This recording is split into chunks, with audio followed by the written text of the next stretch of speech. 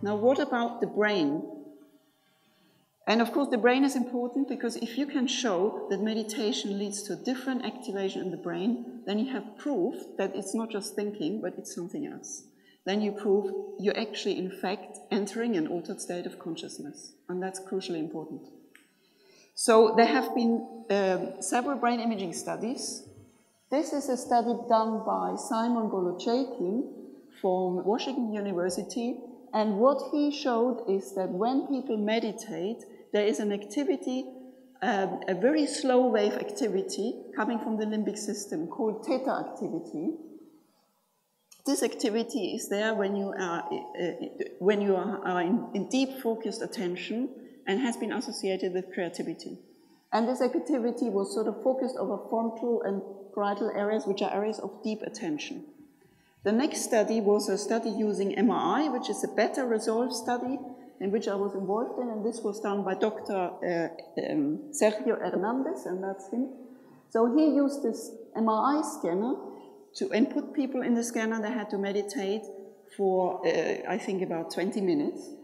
And in the initial stages of meditation, the meditators activated the same region we've seen before, so the right frontal lobe and the temporal lobe. So this is especially is a key area for deep attention and also for inhibition, because when you start to meditate, you inhibit your thoughts. So you activate this area of inhibition.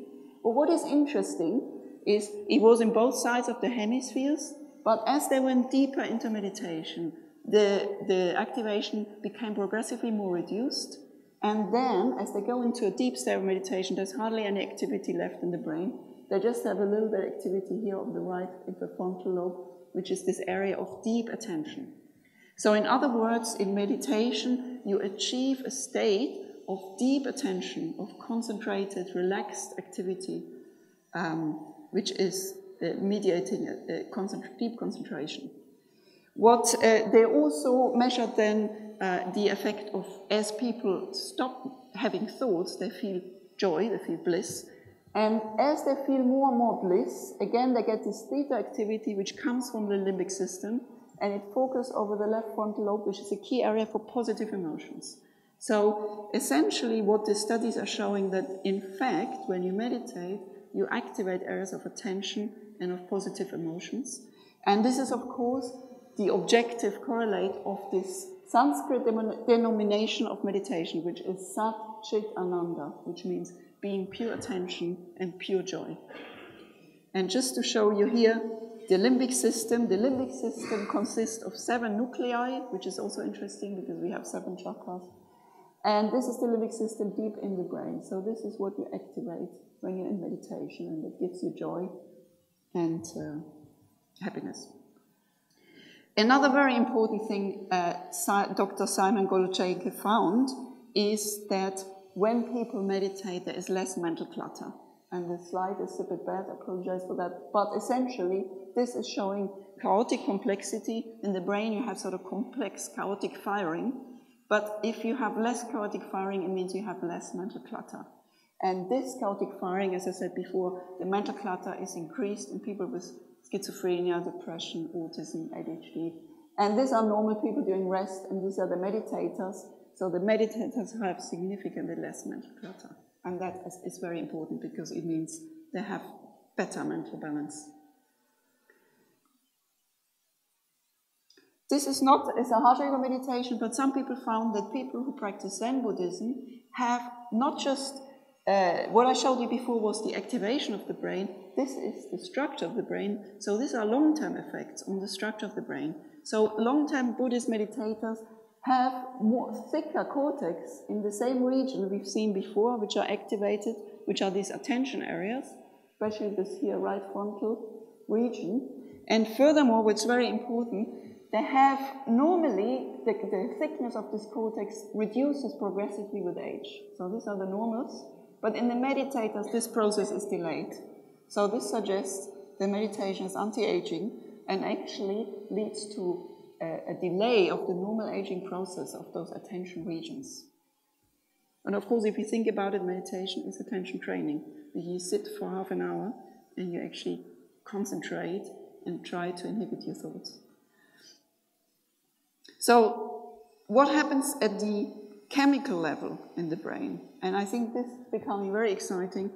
We have in the brain so-called opioid receptors, and they're called opioid receptors because opium binds to them, morphine binds to them.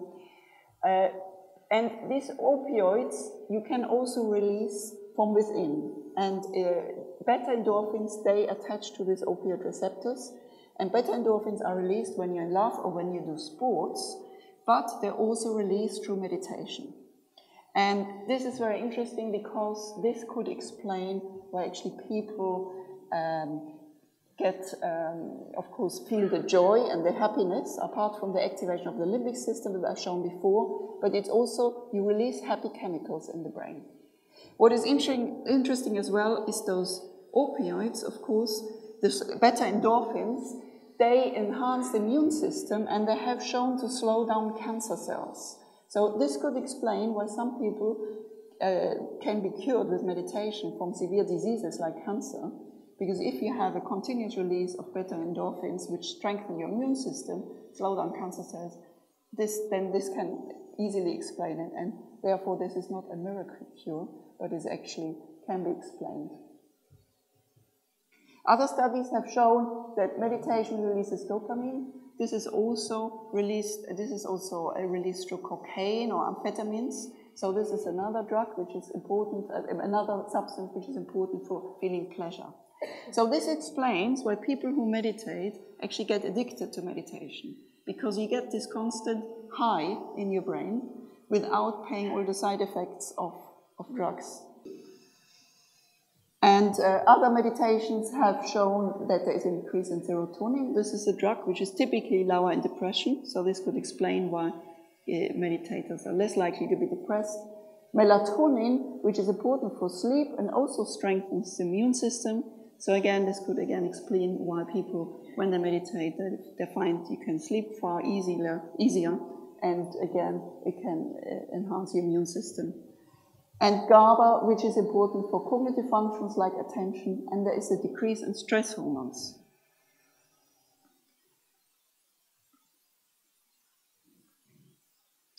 So the last study I want to talk about on the brain section is actually a study which was the very first to prove that meditators are more detached.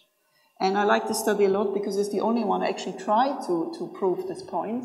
And this was done again by Dr. Simon Golochaikin from Washington University.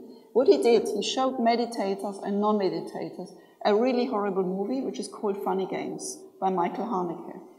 If you've seen that movie, I have not been able to watch it, but it's actually, it's supposed to shock you and to show the violence in our society. So it's a movie of two psychopathic teenagers which go into a house and they kill everybody. They start by the dog, then the woman, then the kids, and then the father. So this movie is really quite terrible. And they showed this movie to these poor people. And as you can see, the blue are the controls, the red are the meditators, and at the subjective psychological level, so these are all negative emotions, so the controls have far more negative emotions. So they felt more disgust, more anxiety, more sadness, more unhappiness after watching the movie. And the red ones are the meditators, so they had much less negative emotions than the non-meditators. Then he measured on the skin. When you're stressed, you have more sweat on the skin, so you can measure the level of stress level at the body. And at the skin level, the meditators had significantly less skin response than the controls. So at the body level, the meditators also were less affected by this negative movie. Lastly, he measured the brain. And this is a gamma activity. Gamma activity is released when you have very intense emotions. So during the rest, the meditators and the controls didn't differ, but after the movie, the controls have this high gamma activity, this really high gamma activity. So they were really stressed out at the brain level by the movie, while the meditators kept their cool as well at the brain level. So in other words, the meditators kept their cool at the psychological level, they were less affected at the body level, and less affected at the brain level. And this, I think, is absolutely crucial because this is sort of proof that meditation makes me more detached and more able to cope with stress and negative events. And as I said before, this is important because it improves your emotional resilience. So in conclusion, the state of mental silence is associated with relaxed brain activity of deep attention and positive emotions. It increases happy chemicals which stabilize your mood and your affect, and it makes people more detached at the psychological, at the brain and at the body level. Now, what about the effect on your health?